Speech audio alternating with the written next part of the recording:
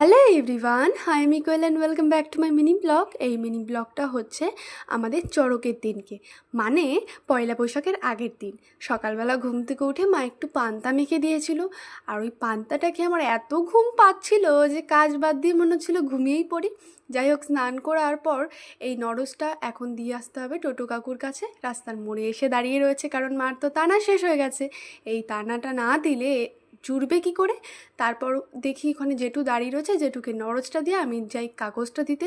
বাইরে এত পরিমাণে রোদ, মানে 1 সেকেন্ড দাঁড়িয়ে থাকলেই মনে হচ্ছে আমি দাঁড়ালেই ওখানে কাবাব হয়ে যাব।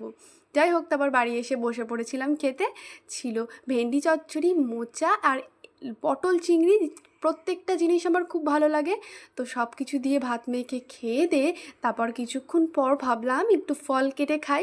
কিন্তু আমি কাটার কুড়েমিতে না ফল খেতে পারি না। যাই হোক, আজ কী মন হলো একটু কাটি। তারপর আমি ফল কাটতে বসেছি, এখানে ছুঁচোটা বসে রয়েছে। আর আমাদের লাভলি না ফল খেতে খুব ভালোবাসে, বিশেষ করে লেবু, শাকালু, এই সব।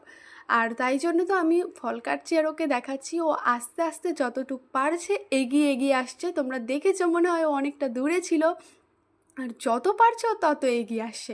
তারপর আমি ওকে একটু দিলাম, মাকেও ডাকলাম, তারপর আমরা তিনজন মিলে কেটে ফলটা খেয়ে নিলাম।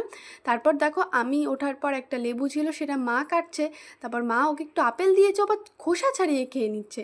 যাই হোক, বিকালবেলা গেছিলাম একটু চড়ক দেখতে। চড়ক দেখার আগে আমরা খেয়ে নিয়েছিলাম একটু ফুচকা।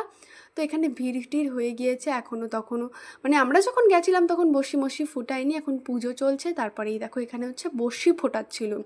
যাই হোক, তারপর আমরা গিয়েছিলাম অর্কতে একটু চটি কিনতে। কাকিমা একটা চটি কিনলো, সেটা কিনে তখন দেখি সবে বড়শিটা ফুটিয়েছে, এখনও ঘোরায়নি।